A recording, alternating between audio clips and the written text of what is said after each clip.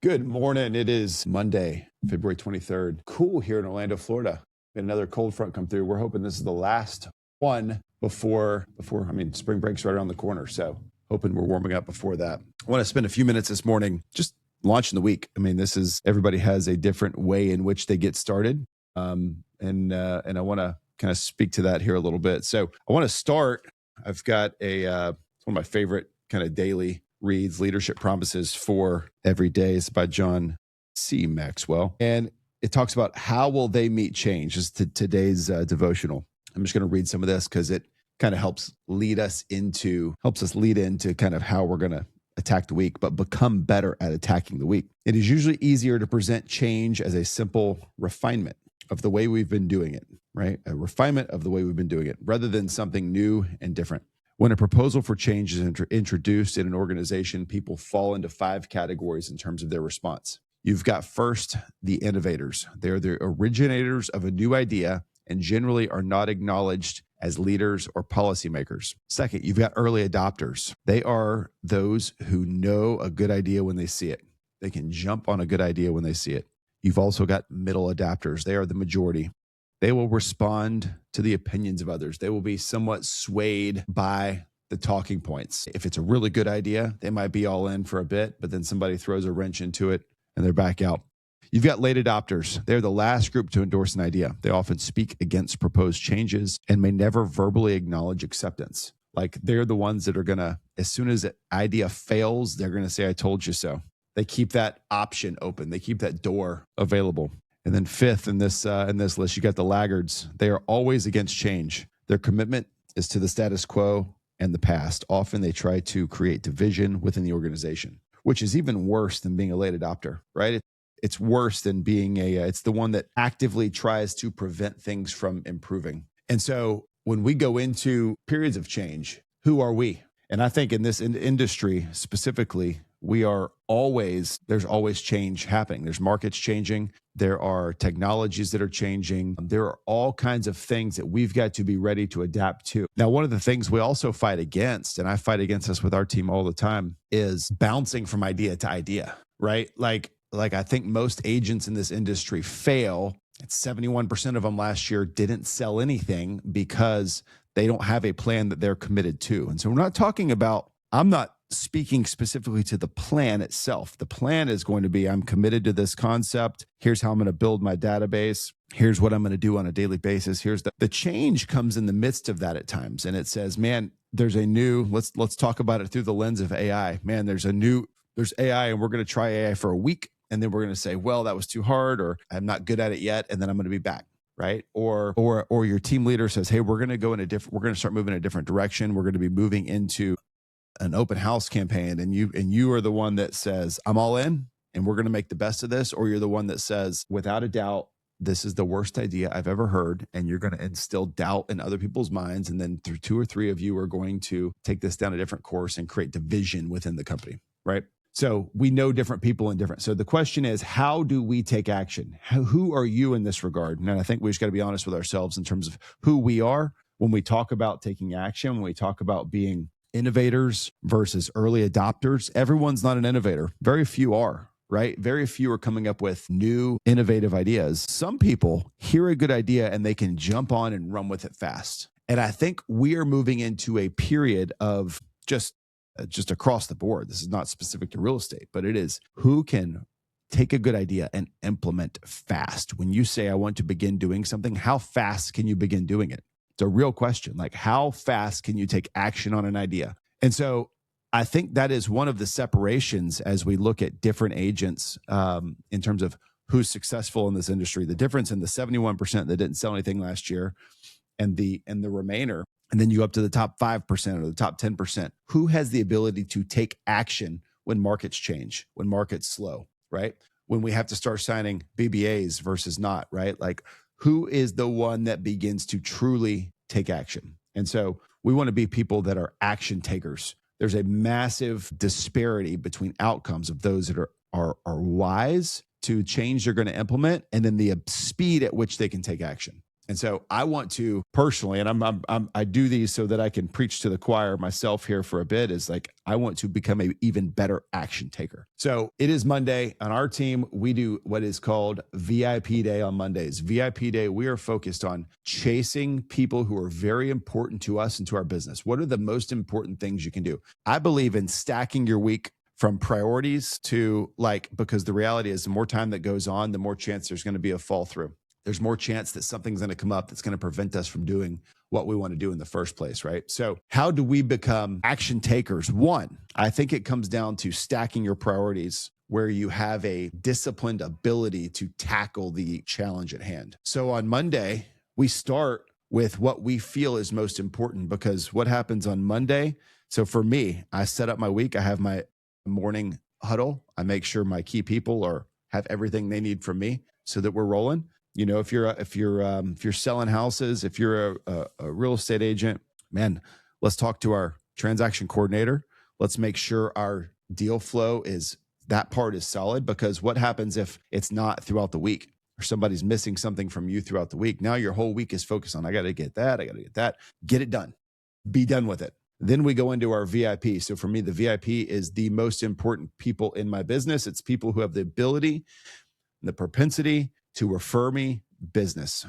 And so what we face, and I want to spend just a couple minutes on this, because this is a place that whether you've been doing this a long time or a very short time, you can take action on today. Take action by saying, who are the most important? I think where most of our new agents fail is identifying the people who are most important to them, because these aren't like the CEOs of the biggest companies in your area. Could be, but that's not necessarily who we're out pursuing. So who is it? It's influential people that already know you, like you, and trust you. Influential people that already know you, like you, and trust you. So what do we have to do to make sure that we are connecting with these people? We need to be in touch with them. We need to speak to them. We need to set up lunch with them. We need to set up a time to connect. We need to be furthering our relationship with these people, right? When we further our relationship over time, the ability for us to work better together over time is going to continually improve. So we're going to stack our day with our VIPs. The next piece of the VIP puzzle is, one, at least consider them. Because a lot of the VIPs that I hold close to, I see on a regular basis, because we're doing life together. These are people we coach our kids' baseball teams together. We see each other at church. There's a lot of things that are overlapping in our life that allow this to be an easy relationship. This is not a challenging business relationship, but it is still incumbent on me to ensure that I am pursuing that relationship and pursuing opportunities together, right? The goal is that all tides rise, that we're going to grow together. The next piece of the puzzle for our new agents, and anybody for that matter that wants to grow their business, who do I not have in my VIP list that I need to have? And so how do we answer this question? We answer this question by saying, who can I refer at a high level? If I can refer them at a high level, I need them in my life, because I need people that are referable, that do a good job at their job, that I trust, that I need to be able to hand off. And so if this is somebody in my network already, fantastic. If it's not, I need to go track them down. So here's what we coach. We coach that you start to identify who it is you need. So let's just, we'll lean into the fact that we're in Florida. We've got people moving in from other states. And let's say we need to be able to refer them to accountants and financial planners. We've got higher income professionals moving into our state. We need the ability to connect them with people that will be able to advise them at a high level. So when we do that, how do we really tackle that, finding the right person? I think we need to go back to the people that we already know, that we already like, that we already trust, right? If you've only identified 2, 3, 4 people, go back to your network and say, hey, I've identified a hole in my business. I need a financial planner and an accountant that I could refer to people moving in town. Who do you know that you would recommend I reach out to? Can you connect me? Right? When we start this path of being of searching intentionally, we're going to find people that we don't yet know. So search intentionally. First, we've got to identify the gaps in our business, and then we've got to go out and search of that. Another little tip that's been explosive for many, many people, because this cuts 2 ways. The tip is that we go to our social network and we say, I am looking to connect with someone, a financial advisor in Orlando that has capacity to work with customers that I have moving in from outside Florida. Keep it simple. Keep it intentional. The benefit is you're going to have people that rise to the surface to recommend someone that they trust. Two parts of this. You already know the person that's recommending them. They may be, if you find someone who is willing to step out, put their name on the line and recommend someone, that's somebody you need to be intentional with. That's somebody you need to connect with at a high level because they might be your next VIP as well. Then you need to ask them to make a recommendation to the person that they're recommending, right? Connect the dots. Have them send a joint text or an email or whatever to connect the dots with you because this is somebody that you need to know. And I promise you, when you start to do this and you start to make this a regular part of your business by building your database, this is not just building a random database. A lot of people have big databases of people they don't know, that don't know them, don't know their name. They'll never recommend them. They'll never work with them. They never have worked with them.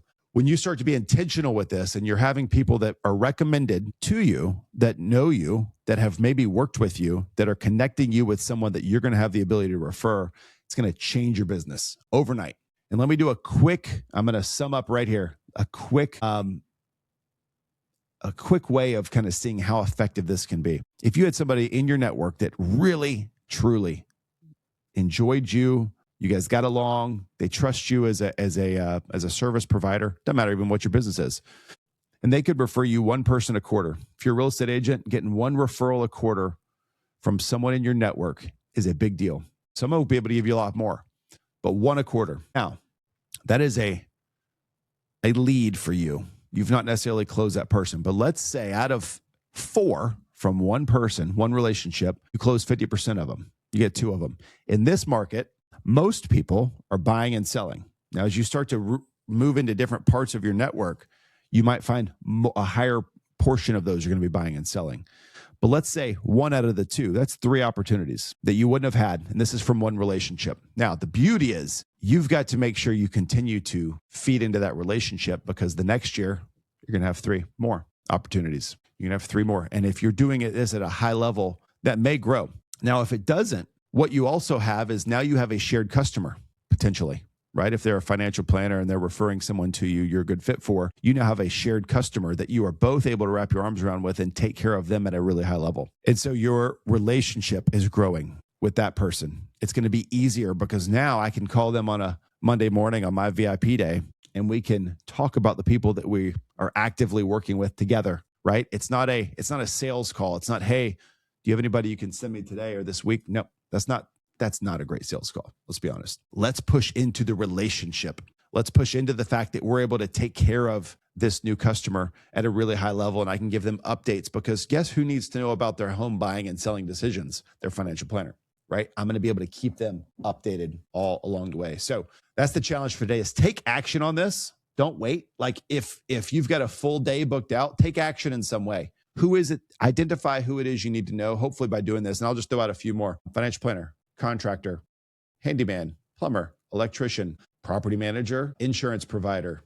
Everyone needs to be shopping their insurance on the regular, right? You need someone who can help do that. But we can go down this list and you can start to house cleaner. Like these are not people that you might have thought of before. Some of our best VIPs, man, if you're in this space and you are hyper involved with your PTSA, you are a person with a great network, people trust, right? Like, so start to identify in your network who the movers and shakers are. That's what we're doing here. So my question to you is, are you going to take action? Let me read here just this last piece. The early adopters, they are those who know a good idea when they see it. If you think it's a good idea, hopefully you identify that it is a good idea. Have it working this business over cold leads out of your database that are never going to work with you anyways is a good idea. So the question is, are you going to take action on it? I challenge you, take action on it today. Let's make this a great week. We are moving into buying season for real estate. We've got interest rates moving in the right direction. We've got talks of property taxes being eliminated in Florida for homesteaded buyers. If you're not getting ahead of that curve, like this has been a talking point for a year. I mean, if you're somebody on the outside who says that'll never happen, cool. It has happened. It's done. It is that way in other states. We would not be the first. Florida would be the first to have no property tax and no income tax. So what do you think that does for our market? Help your buyers get out there, take action, get in front of this before the market takes another step in the right direction. Have a great Monday.